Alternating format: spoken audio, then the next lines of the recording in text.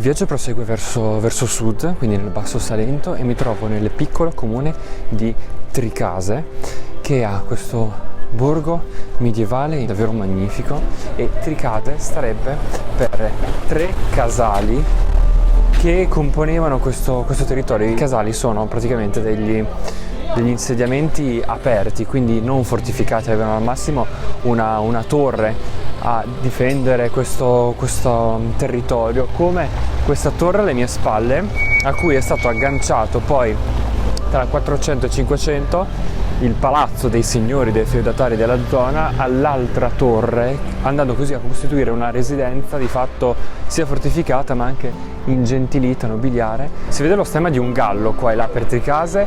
I Gallone erano la potente famiglia, i signori di Tricase,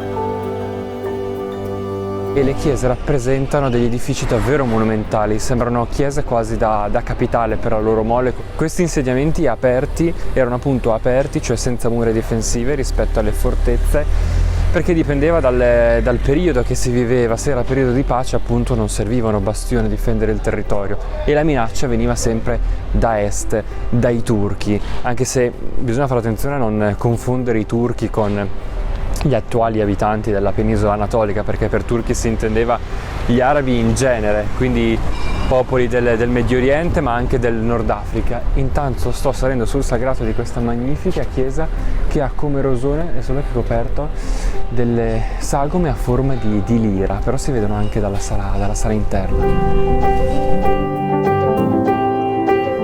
Ed è magnifico il rococò di questa chiesa, lo si vede soprattutto dalle cappelle laterali, da queste colonne che si avviluppano su loro stesse, le colonne tortili, dove si vedono addirittura dei putti o in alcuni casi anche dei santi che sbucano fuori. Questo è solo un accenno del barocco sfavillante che nel prossimo episodio vedremo a Lecce. E se i centri del Salento hanno potuto arricchire il proprio volto fra 6 e 700 con questo stile, lo si deve al commercio dell'olio, l'oro del Salento. Ci fu una notevole ricchezza, ecco perché il barocco noi lo troviamo o sui palazzi nobiliari oppure all'interno degli edifici sacri.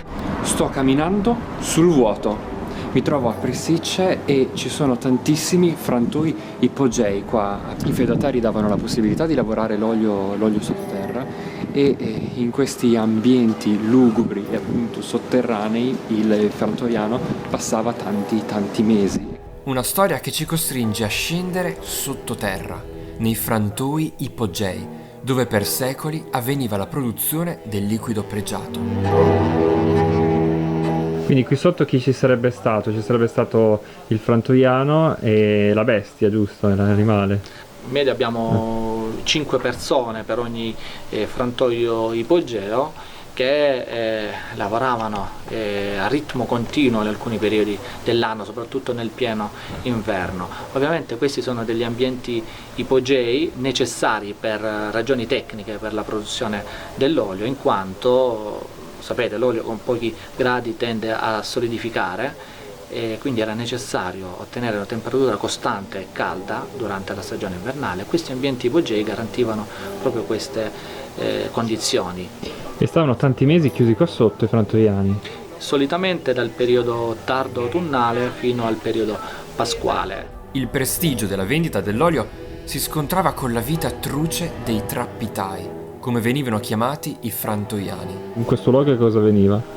Qui c'era una macina intorno e spremeva le olive. Si otteneva una pasta di olive che veniva portata ai torchi. Insomma era un lavoro molto usurante chiaramente per l'epoca. I frantoiani erano delle persone molto robuste fisicamente, persone un po' asociali che si chiudevano qui e stavano qui chiuse per tanti mesi.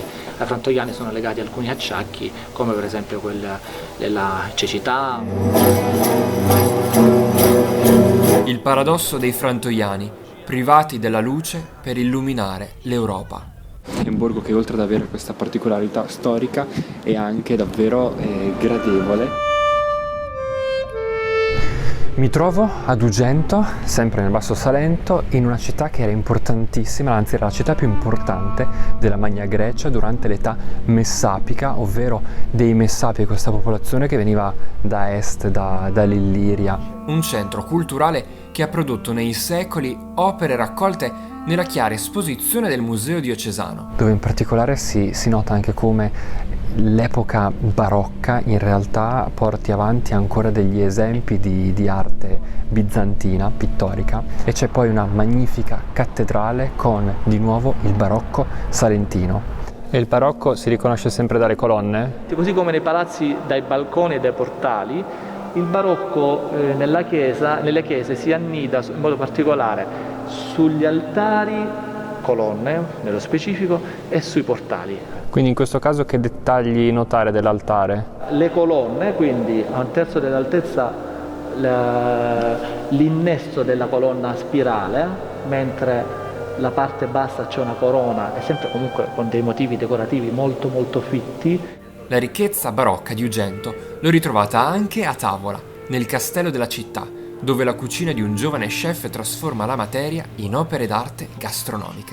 Qual è la filosofia della vostra cucina? Ha una filosofia di base mediterranea, noi ci troviamo comunque nel bacino del Mediterraneo, molto legato al territorio, quindi alle memorie e soprattutto al recupero, perché qui siamo molto attenti al no waste, la merenda dei pastori, questa cialda di pane, quindi è un pane del giorno prima dove viene stracotto, essiccato e poi fritto, o che ne so, l'emulsione delle erbe di giardino, quindi tutto quello che si trova in giro, la materia prima uguale, parte sempre da queste parti qua, quindi qualcosa abbiamo noi, qualcosa coltiviamo e qualcosa recuperiamo.